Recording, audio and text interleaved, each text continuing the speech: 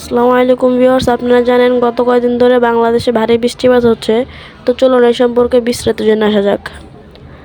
সিলেট সহ বাংলাদেশের উত্তর পূর্বাঞ্চলে বন্যা পরিস্থিতি স্থিতিশীল থাকলেও দেশের সামগ্রিক বন্যা পরিস্থিতির অবনতি হয়েছে।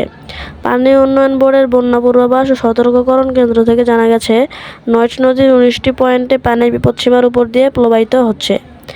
সিলেট অঞ্চলে দুদিন ধরে বৃষ্টিপাতের পরিমাণ কমে এসেছে, যে কারণে প্লাবন আর বাড়েনি বলে জানিয়েছে জেলা প্রশাসন।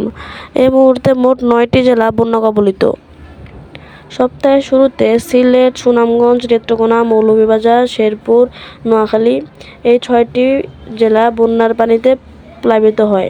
তবে মঙ্গলবার বিকাল নাগাদ আরও ২টি জেলায় নদীর পানি বিপদসীমা অতিক্রম করে। বন্যায় আক্রান্ত হয় হবিগঞ্জ ও ফেনী। এর মধ্যে শেরপুর, হবিগঞ্জ ও ফেনীর বন্যা পরিস্থিতির কিছুটা উন্নতি হয়েছে, কিন্তু তালিকায় নতুন করে যুক্ত হয়েছে উত্তরবঙ্গের ৫টি জেলা। জেলাগুলো হলো কুড়িগ্রাম, গাইবান্ধা, বগুড়া, সিরাজগঞ্জ। আসসালামু আলাইকুম ভিউয়ার্স, আপনারা জানেন গত কয়েকদিন ধরে বাংলাদেশে ভারী বৃষ্টিপাত হচ্ছে। তো চলুন এই সম্পর্কে বিস্তারিত জেনে আসা যাক।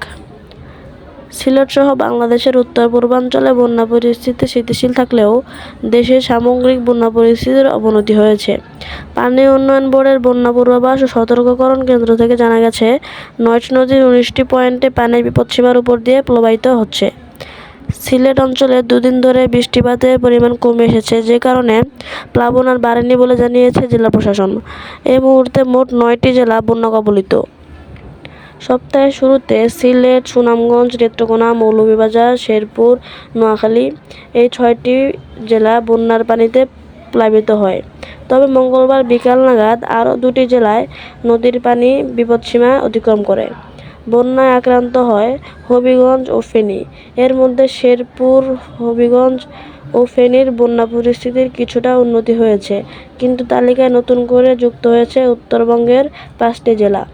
জেলাগুলো হলো কুড়িগ্রাম, গাইবান্ধা, বগুড়া, সিরাজগঞ্জ।